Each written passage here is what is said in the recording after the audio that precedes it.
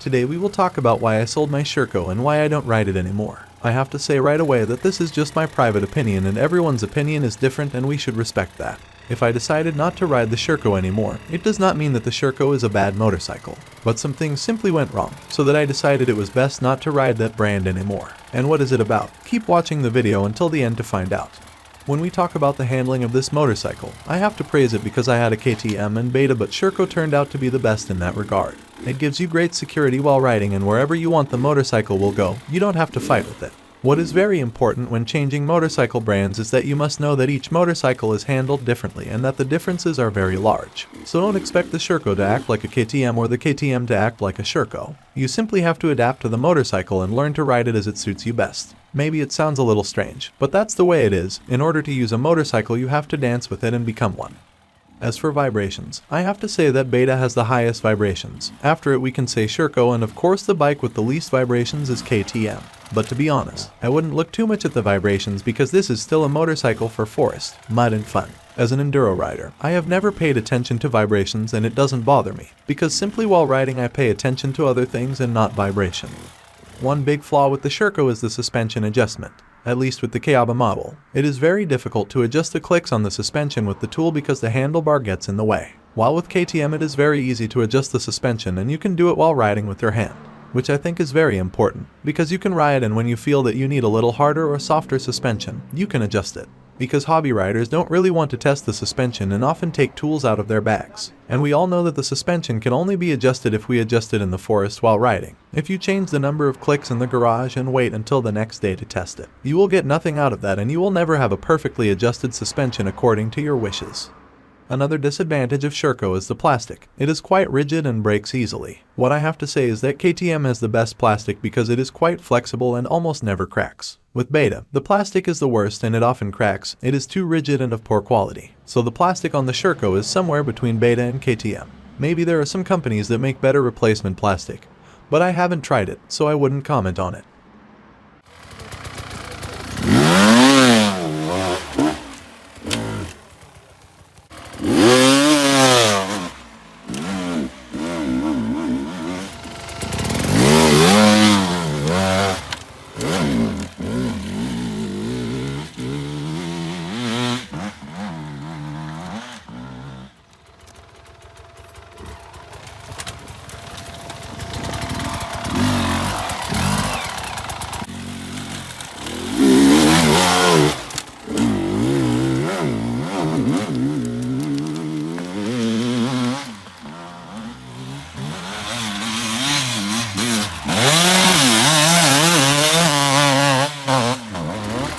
What I have to say is that the Sherco has a lot of problems with the clutch. I may have used 4 sets of plates in 250 hours. I also had to change the clutch basket and everything completely at about 200 hours. As for the clutch Sherco, it is not to be praised. I had a lot of problems. Also, if you ride a lot on the clutch, you can feel how the feeling on the clutch changes, and the motorcycle becomes much harder to ride because you don't have the precision of the clutch as you used to. And I can honestly say that this is a big problem and shortcoming with the Sherco, and that this is one of the reasons why I sold it and why I don't ride it anymore. I didn't have this problem with the Beta, and I know a lot of people who ride the Beta and no one has such problems with the clutch. And on the Sherco, everyone complains about the clutch, and that's a very well-known problem. I think that Sherco should work on it and find a better solution. I'm not insulting the motorcycle, but I'm just saying my experience. This is one problem that I did not have to solve. I tried everything. Other clutch plates, drilled holes on the inner basket and many other things, but nothing helped to solve this problem. Of course, other clutch plates helped the clutch work better, but I didn't solve the problem completely. But come on, when I mention the problem, I have to praise the Sherco in some things, which are very good brakes, electric starter that works without errors. I think it is much better solved than on KTM and Beta. Then I have to say that the bearings and the wheels are very good and I never had to change them, which is a very interesting thing. The suspension is perfect. I don't think any bike has such a good serial suspension. And of course the best thing is the handling of the motorcycle. I think the Sherco is the winner, because it is quite low, short and can be ridden very nicely in difficult conditions in the forest, which is a big advantage in hard enduro.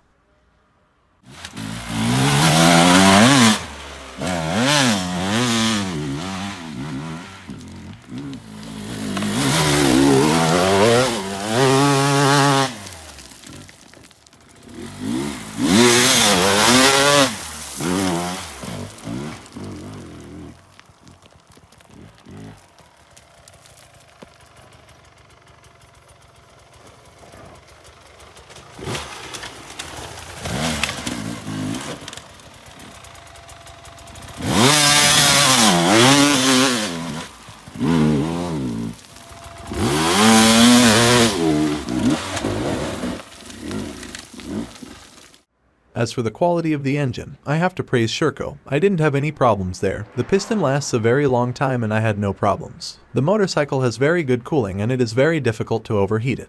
It has a very large fuel tank, so you can ride all day without worrying about running out of fuel. What is very important is that Sherco consumes very little fuel, literally the same as KTM fuel injected. And as for the Beta, it used fuel like crazy, so the Sherco is very good in that regard.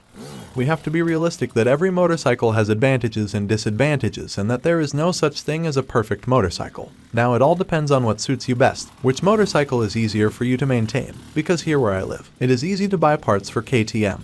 But for Sherco and Beta it is very difficult to get parts. We have to buy them in other countries, which is sometimes a very big problem when something breaks and you need to ride with friends, but you have to wait 2 to 3 weeks to get a part. But we hope that in the future there will be many more official stores where you can buy parts for Beta and Sherco. I always say that if you combined all the good things of Beta, Sherco and KTM, only then would you have a perfect motorcycle. All of you must be waiting for me to say why I don't ride a Sherco anymore and what is the reason for that. My first reason is a bad clutch and I had a lot of problems with it. The second reason is buying parts. It became very difficult and I had to wait for parts for too long.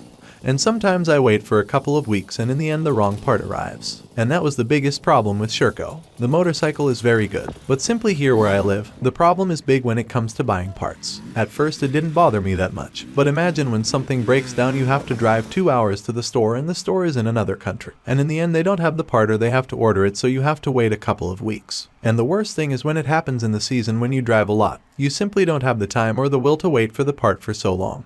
And that was the end for me as far as Sherco is concerned. If the situation were different, I would probably still ride the Sherco because I really liked the motorcycle because of its handling and very good suspension. I don't know, but later I found out that an Italian company started making a clutch basket and a completely different clutch plates, and now it does it perfectly with the Sherco. So I'm sad I didn't try it. Maybe it's the solution to the clutch problem. So my answer to why I don't drive a Sherco anymore is a problem with parts and I don't want to wait for parts for so long. I hope you understand me. I still love Sherco, but it makes no sense for me to bother about the parts. On my channel you can find many more videos about Sherco. I talked about its advantages and disadvantages and many more videos. Subscribe to the channel. Thank you for watching the video. See you soon.